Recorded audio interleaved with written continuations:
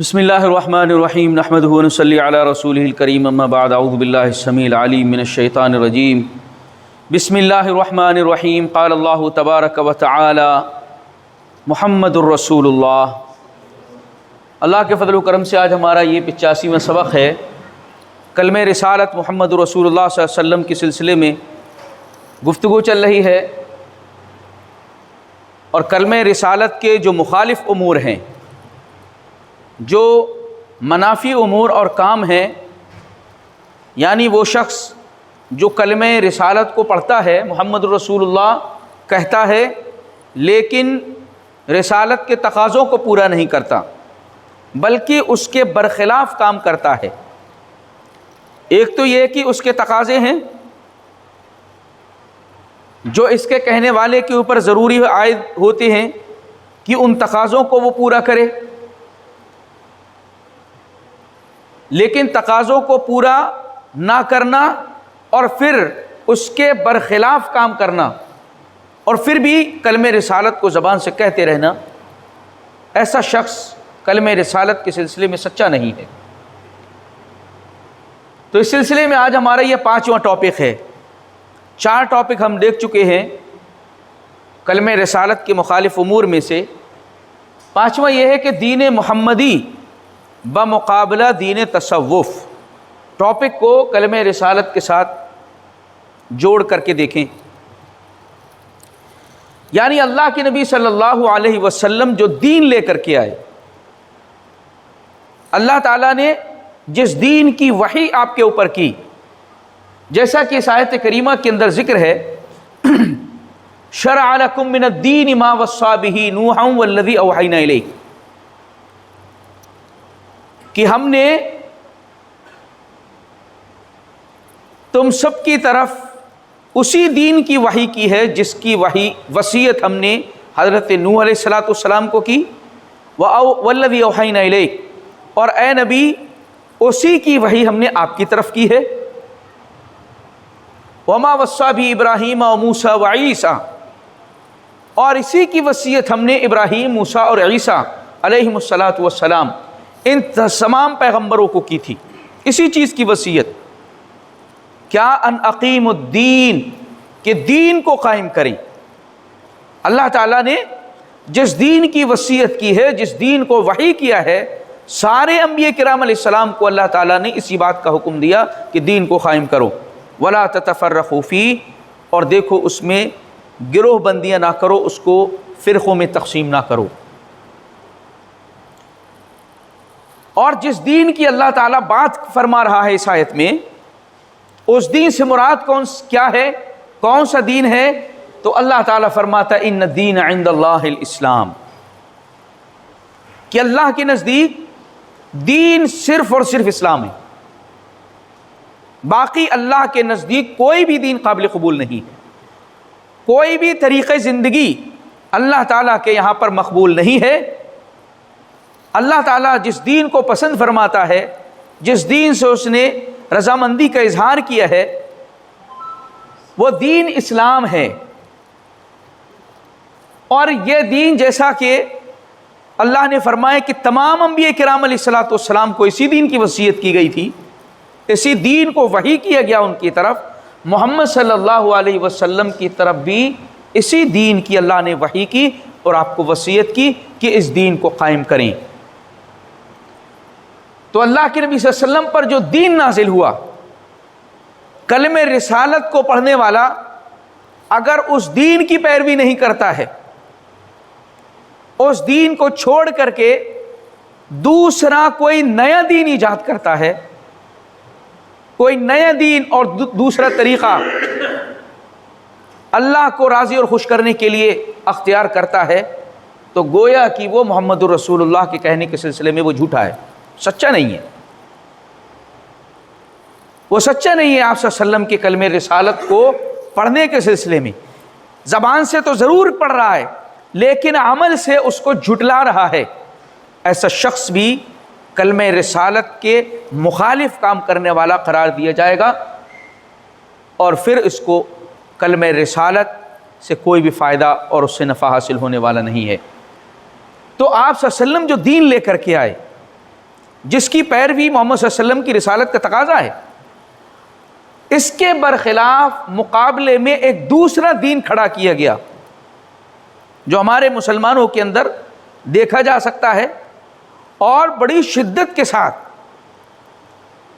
اس دین کو پکڑا گیا ہے، جتنا کہ اللہ کے اس دین کو جو محمد صلی اللہ علیہ وسلم لے کر کے آئے ہیں نہ تو اس کا علم رکھتے ہیں اور نہ ہی اس کے سلسلے میں فکر کرتے ہیں، نہ جانتے ہیں۔ جانتے کیا ہے؟ وہ دین جو اس کے مقابل میں انہوں نے بنا رکھا ہے، اور وہ ہے دین تصوف، صوفیوں کا دین۔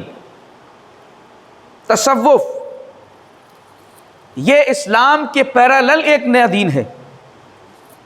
کلمہ پڑھے محمد رسول اللہ صلی اللہ علیہ وسلم کا اور دین مانے تصوف کا، صوفیزم کو فالو کریں، تو آپ صلی اللہ علیہ وسلم کی رسالت کے سلسلے میں ایسا شخص سچا نہیں ہو سکتا ہے۔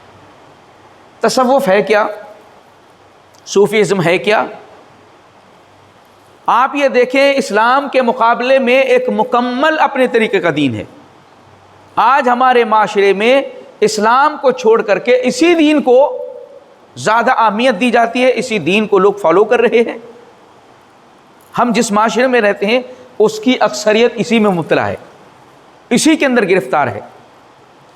دین تصوف کے اندر جو اصطلاحات میں نے اللہ کے اس دین کی لکھی ہیں، دین اسلام کی، توحید، رسالت، قرآن، یہ بڑی بڑی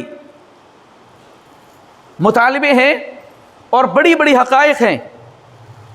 یہ سب کے سب اس دین کے اندر کچھ اور ہیں، اللہ کے نبی صلی اللہ علیہ وسلم پر نازل کردہ دین میں کچھ اور ہیں۔ سب سے پہلی چیز، دین تصوف کا ماننا یہ ہے کہ دنیا میں انسان اگر اللہ تعالیٰ سے اللہ کیا کامیابی چاہتا ہے، اللہ سے محبت کرنا چاہتا ہے اور اس کا قرب حاصل کرنا چاہتا ہے، تو اس کا یہ مادی جسم اس میں بہت بڑی رکاوٹ ہے۔ اس جسم کو کیا کرنا ہے؟ کمزور کرنا ہے، اس کو لاغر بنانا ہے۔ تھوڑا کھانا، تھوڑا پہننا، تھوڑا پینا، اور سردی میں اپنے جسم کو مشقت دینا، چلوں اور مراقبوں کی نظر کر دینا،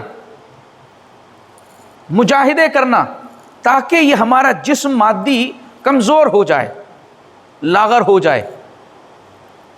دنیا کی اللہ تعالیٰ نے جو نعمتیں حلال کی ہیں ان سے اپنے آپ کو کنارہ کش کر لینا، یہ سمجھا گیا کہ اللہ تعالیٰ کے قرب حاصل کرنے کے لیے ضروری ہے۔ اللہ تعالیٰ نے فرمایا کہ وَلَا تُلْقُوا بِأَيْدِيكُمْ إِلَى التَّهْلُكَةِ، اپنے آپ کو ہلاکت میں نہ ڈالو۔ انسان زبردستی کا اپنے آپ کو کسی مشقت اور پریشانی میں ڈالے، اس بات کو اللہ پسند نہیں کرتا۔ قُلْ مَنْ حَرَّمَ زِينَةَ اللَّهِ الَّتِي أَخْرَجَ لِعِبَادِهِ وَالطَّيِّبَاتِ مِنَ الرِّزْقِ، کون ہے جس نے اللہ تعالیٰ کی زینت کی چیزیں جو اس نے دنیا میں اندر نازل کی ہیں، کون ہے جو حرام قرار دیتا ہے؟ کون ہے جو اسے کنارہ کشی اختیار کرتا ہے؟ قُلْ هُوَ لِلَّذِينَ آمَنُوا فِي الْحَيَاةِ الدُّنْيَا، یہ ایمان والوں کے لیے دنیا میں ہے، خالصۃ یوم القیامہ، اور خالص آخرت میں مومنین کے لیے ہیں۔ لیکن دین تصوف کے اندر کیا ہے؟ اس جسم کو کمزور کریے۔ اور پھر دوسری چیز، دنیا کے جو رشتے ناطے اور تعلقات ہیں، چاہے رشتہ داریاں ہوں، چاہے دوست احباب ہوں، چاہے معاشرہ ہو، یہ چیز بھی وہ کہتے ہیں کہ بہت بڑی رکاوٹ ہے اللہ تک پہنچنے کے لیے۔ اس لیے انہوں نے کیا کیا؟ غاروں کا، جنگلوں کا، بیابانوں اور صحراؤں کا رخ کیا، دنیا سے قطع تعلق اختیار کر لی، تاکہ اللہ تعالیٰ کی طرف متوجہ ہو کر کے اس کو راضی کریں۔ اس کے لیے انہوں نے رہبانیت کی راستہ اختیار کیا۔ رہبانیت، اسلام نے اس کا سختی کے ساتھ انکار کیا، لا رہبانیت فی الاسلام، ترک دنیا اسلام کے اندر نہیں ہے۔ یہ کس کا طریقہ ہے؟ ان عیسائیوں کا ہے جو عیسیٰ علیہ السلام کے بعد عیسائیت کے اندر خرافات اور بدعت انہوں نے جو ایجاد کی، وہ رہبانیت ابتدعوها ما كتبنا علیہم، رہبانیت جس کو ان عیسائیوں نے ایجاد خود کی تھی، اللہ فرما رہا ہے ہم نے ان کے اوپر لازم و ضروری قرار نہیں دیا کہ وہ دنیا کو چھوڑ کر کے جنگلوں، غاروں اور جو ہے بیابانوں اور صحراؤں میں اللہ تعالیٰ کی عبادت کریں۔ اللہ تعالیٰ نے اس کا ان کو حکم نہیں دیا تھا۔ آپ یہ دیکھیں آگے چل کر کے کیا کیا۔ اس کے بعد والے لوگوں نے ایک مرحلے پر تو لوگ غاروں اور جنگلوں میں چلے گئے، دوسرے مرحلے پر ان کو کیا کیا، ان کو رب بنا لیا۔ بعد کے لوگوں نے رب بنایا ان کو۔ اتخذوا احبارهم ورهبانهم اربابا من دون اللہ، ان لوگوں نے اپنے علماء کو اور درویشوں کو اللہ کے علاوہ رب بنا لیا ہے۔ تو رہبانیت سے رہبان بنا ہے، یعنی دنیا کو چھوڑ کر کے، دنیا کے ساز و سامان سے قطع تعلق اختیار کر کے، دنیا کے رشتوں ناتوں کو چھوڑ کر کے، کاٹ کر کے جنگلوں میں چلے جانا، وہاں اللہ کی عبادتیں کرنا۔ ایسے لوگوں کو بعد والوں نے کیا کیا، رب بنا لیا۔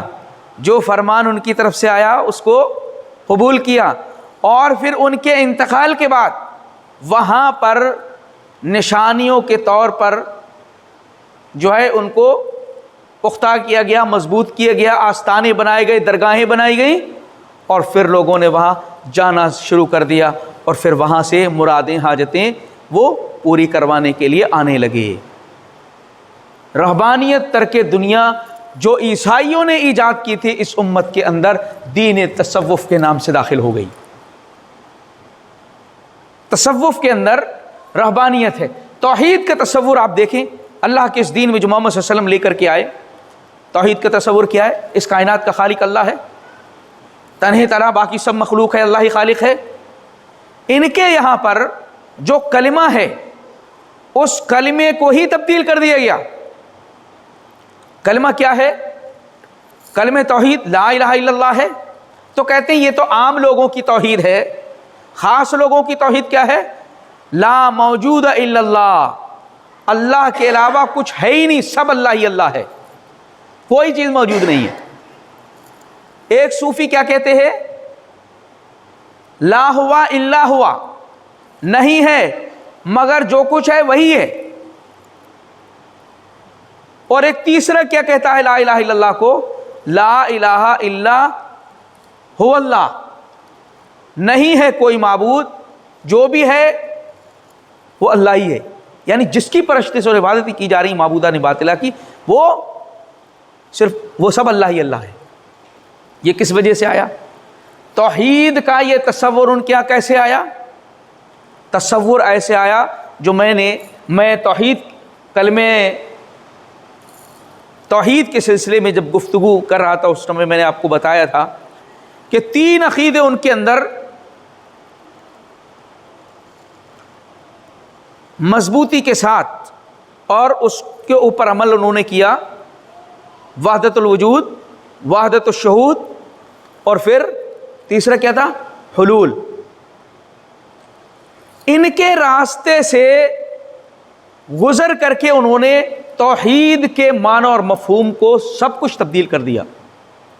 اللہ کی ذات کیا ہے، بندہ کون ہے، اور معبود کون ہے، خالق کون ہے، مخلوق کون ہے، سب کے سب گڑبڑ ہو گیا، سب کو سب ادھر سے ادھر کر دیا۔ اب ہوتا کیا ہے، توحید جو خاص لوگوں کی انہوں نے بات کی، خاص لوگوں کی توحید، یہ تو عام لوگوں کی توحید ہے جو بہت دین کے سلسلے میں ان کو کچھ آتا جاتا نہیں ہے۔ خاص لوگوں کی توحید کیسے ہوتی ہے؟